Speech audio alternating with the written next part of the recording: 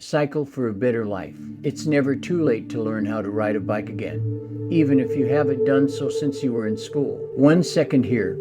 I'm Gary. I love cycling and follow the sport and the pleasure of the sport. I also share what I have learned on my own and from others about this way of life. That's right. Cycling is a way of life when you really get into exercise and the healthy advantages of cycling. So if this video interests you, please subscribe and hit the bell to be notified when I post my next video. Okay, on with the video. The number of cyclists in America declined according to a national participation survey conducted in 2012 because of urban development that does not support cycling helmet legislation in our aging population. Age does not have to be a barrier to purchasing a home. Cycling has a lot of benefits for the more mature rider as well. For many of you, you may not have thought about all the health benefits associated with it, including slowing the aging process. In addition to reducing fall risks in everyday life, improving mental health, and improving overall well-being, cycling can also boost your mental health, just as it does your physical health. Even if you have never experienced any mental health issues, your senior years can bring a host of challenges. There is an increase in risk of cognitive degenerative disease with age, as well as boredom and loneliness, which can result in depression and anxiety. The only exception would be if you were to use a stationary exercise bike while you were watching TV. You get to enjoy the outdoors when you ride a bike. The benefit of taking a ride outside is that you'll get a dose of vitamin D as well as fresh air. Getting vitamin D from sunlight is the only natural way for a person to get vitamin D, which helps improve mood and reduces stress levels. Physical activity also allows you to forget about worries. It is thought that sleep contributes to psychiatric disorders, or that sleep is closely associated with mental health. For seniors, difficulty sleeping is one of the most common complaints. It is possible that they may have trouble falling asleep and staying asleep throughout the night for a full night's rest. The quality and quantity of sleep can both be improved by exercising outside and breathing in fresh air. According to the research conducted by the Black Dog Institute, it takes at least 8 weeks for exercise to be able to have a significant reduction in symptoms. You must make a commitment to try cycling for a minimum of 2 to 3 months in order to enjoy the full benefits of boosting your immune system. Cycling can help your immune system fight off nasty bugs. As of the age of 20, the thymus organ is responsible for the body's immune cells, called T cells. Each of the things in our immune system shrinks by 2 to 3%. Thymuses, like the bodies of people in their middle age, have shrunk to less than 15% of their maximum size. Antibodies then act as the body's defense mechanism. It has gained strength as it has fought germs over the years. A study by Aging Cell of 125 long-distance cyclists aged in their 80s found they had a robust immune system because they produced just as many T cells as someone in their 20s. Physical activity, like cycling, can help the body flush out bacteria from the lungs and airways, which reduces the chances of getting a cold or influenza. While exercising, rising body temperature also prevents bacteria from growing and combats infection-free, slows down the aging process. Our muscles start to lose strength as we grow older, and it is natural for us to lose muscle mass as we age. Because of the fat in our muscles and the connective tissue in our muscles, we cannot contract them as much. When seniors stop being active, the rate of muscle loss speeds up and they begin to age more rapidly. In a study that compared the health of cyclists between the ages of 55 and 79 to those of non-cyclists in that same age group, cyclists were found to be healthier than their non-cycling counterparts. Compared to people who do not cycle, they had preserved muscle mass and strength, and they also had maintained a stable level of body fat and had a lower level of cholesterol. In addition, the men in the cyclist group also had higher testosterone levels. In addition to increasing your lifespan, cycling reduces your risk of chronic diseases. A study of 260,000 adults conducted in the United Kingdom found that those who cycled cut their risk of death from all causes by 40% and cut their risk of cancer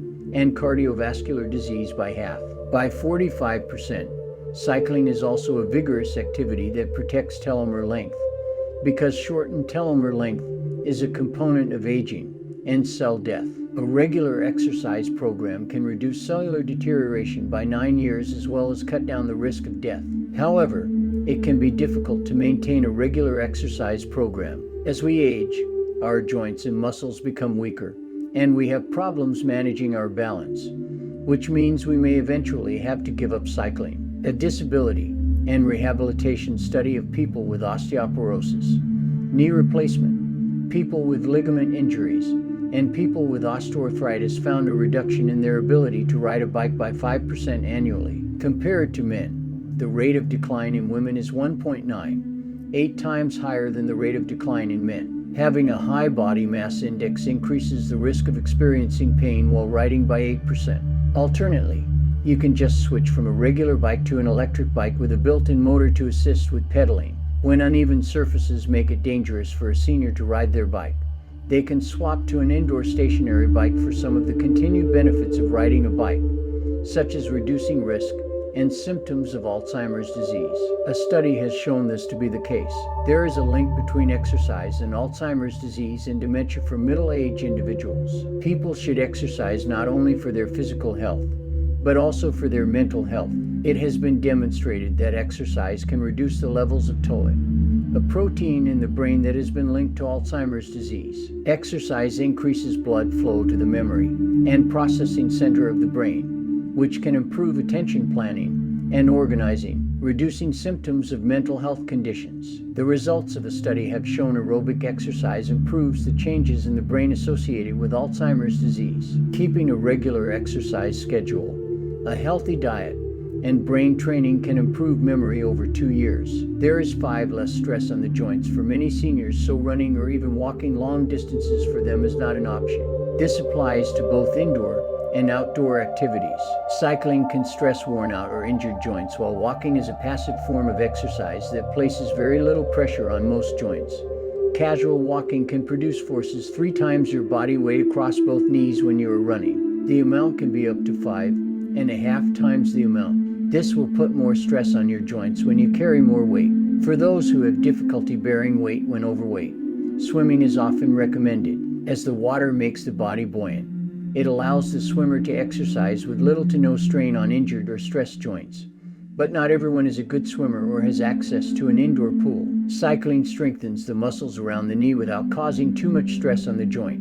A stronger knee muscle means fewer chances of getting injured. In some people, cycling may cause them pain, as the greater the weight and the more uphill pedaling you do, the greater the force placed on their joints. It is common for patients who undergo knee replacement surgery to use a stationary bike for a week or 2 following the surgery to improve their mobility and their new knee. During the initial stages of the business, it is difficult to sell a full circle of goods. Thus, the patient will do everything he can in order to make the company succeed. Pedal back and repeat the process a few times before holding the position for a few seconds. Pedaling all the way is possible once you are able to bend your knee to 90 degrees. People with osteoporosis are advised to use cycling instead of weight-bearing exercises, such as jogging, due to the fact that cycling moves the knee through a wide range of motions and strengthens the surrounding muscles. Weight-bearing exercises can injure the spine, hips, knees, and ankles. It has been proven that improved balance reduces the risk of falling. The World Health Organization estimates that 28 to 35% of people over the age of 65 suffer from a fall each year. The elderly have an increased risk of falling because of their weakened muscles, as a result of health conditions such as heart disease, impairments such as blindness, other illnesses that affect balance. People can fall at any age. However, muscle weakness and limited joint movement increase the risk for seniors to slip, fall, and trip over. It is more likely that the person will suffer serious injuries as a result of a fall. The skin of the elderly is thinner, making it more prone to bruises and cuts, as well as the bones are more likely to fracture and break as they age. This is particularly true if they have osteoporosis. Cycling is an excellent way to improve their condition. That's keeping your bike in good shape. The upright position helps you maintain your balance throughout your entire day. As the brain receives messages from muscles, joints, eyes, and ears, it must respond appropriately. As the link between brain and muscles breaks down, if muscles aren't being used to their full potential, riding a bike is excellent practice for your brain to respond quickly to changes in surrounding. Coordination and posture also improve from using a bike, both of which will benefit you. Bike riding is a great way to strengthen your muscles,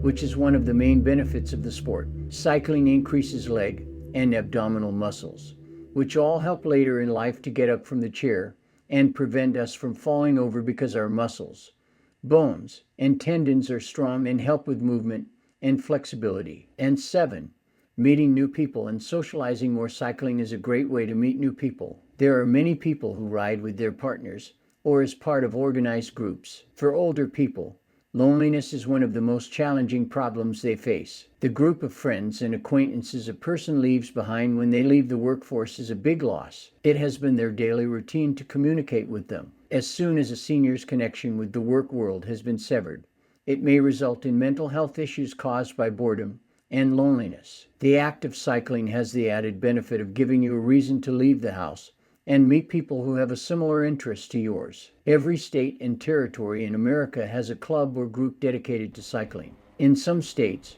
there are more than 60 cycling clubs. When you become a member of a group, you will be able to, with encouragement, it is possible to set goals and work together as a team to reach the targets. While group support is perceived to be supportive and provide feelings of well-being, a cafe is a common place to finish. So riders can finish with a coffee and chat with fellow riders. Women riders can connect with each other through the state events organized by Cycling America's program called She Rides, which encourages women to take up the sport. Stay safe when riding your bicycle. Choosing the right equipment can make a world of difference when it comes to remaining safe. There's no doubt that falling off a bike at any age can be dangerous, but it's especially risky for seniors. Always wear a helmet, sturdy shoes, and clothing that is brightly colored or high visibility. If you want to ensure motorists can see you, gloves, long sleeve shirts, and full-length pants can give your skin some protection.